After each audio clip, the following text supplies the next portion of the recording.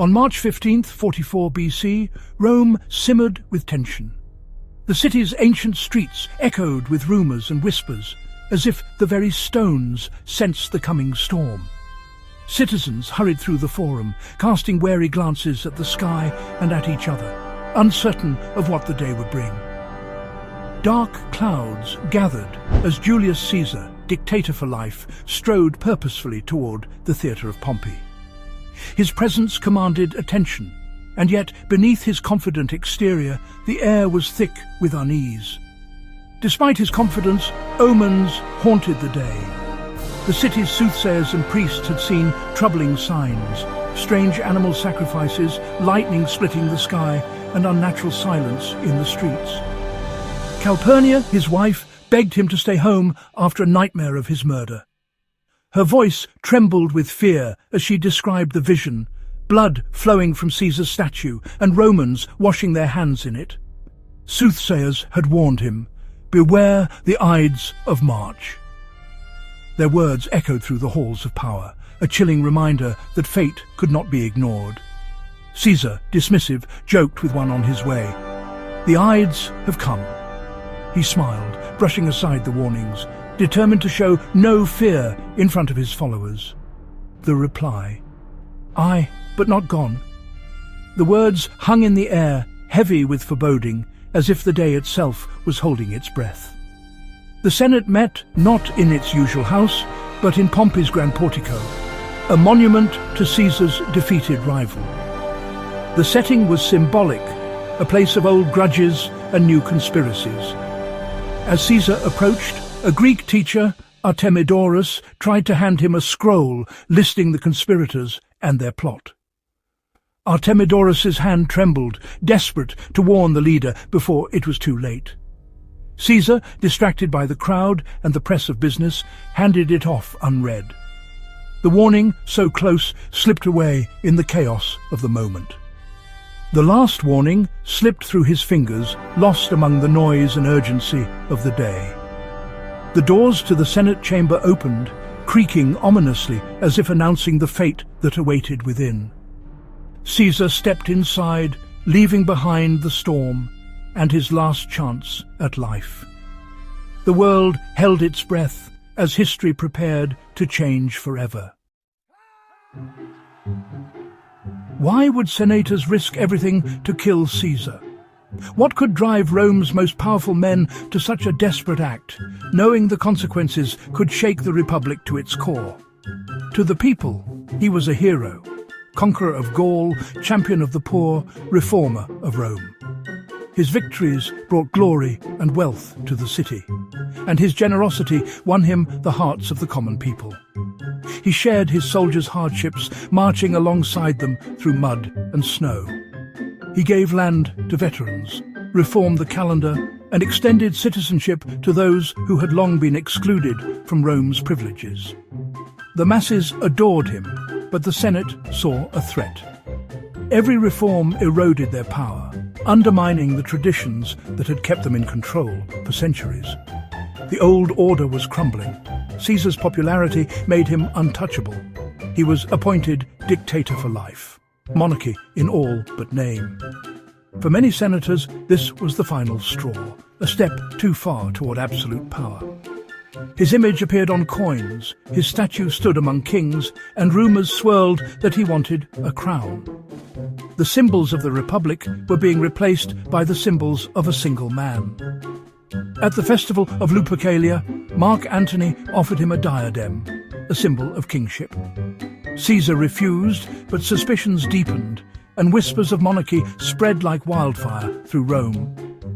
The Senate, guardians of the Republic, saw their world slipping away. They believed Caesar's rule would end the Republic forever, replacing it with tyranny and the loss of their ancient freedoms.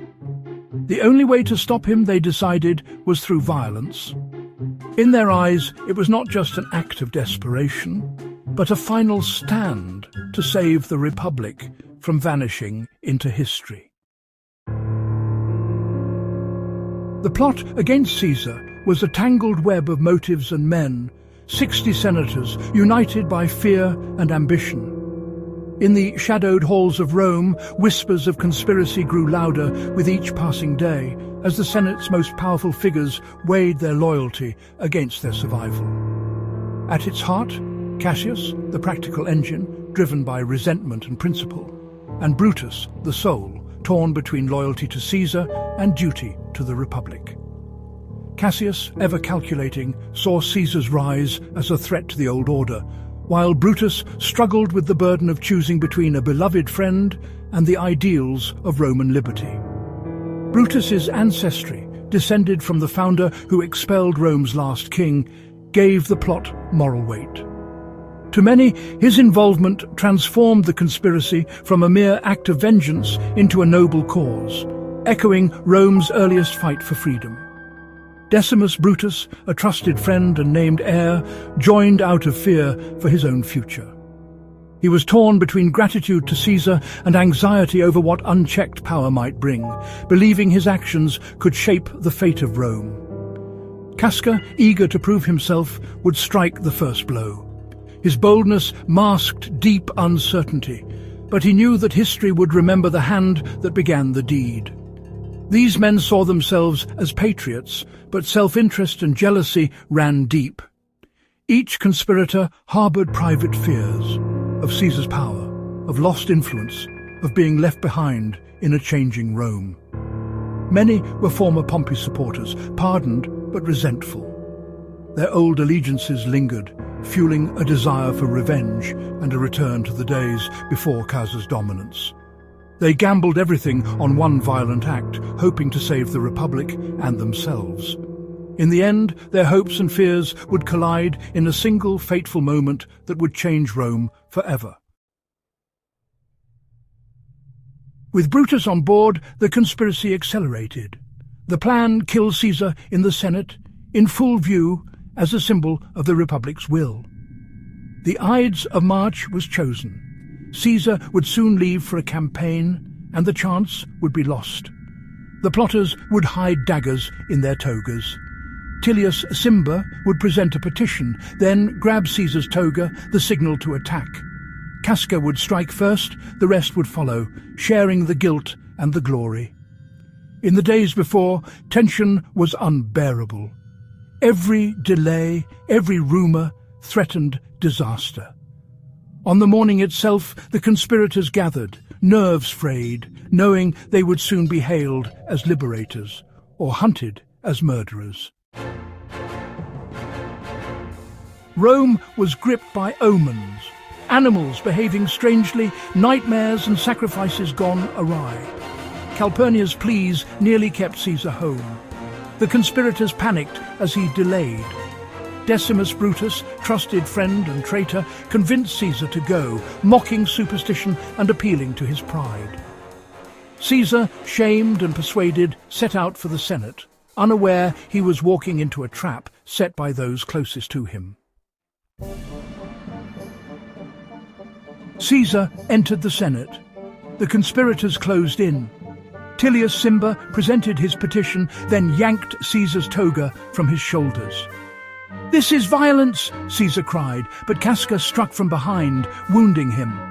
Caesar fought back, stabbing Casca with his stylus, but the others swarmed. Daggers rained down. Caesar, overwhelmed, tried to shield himself with his toga.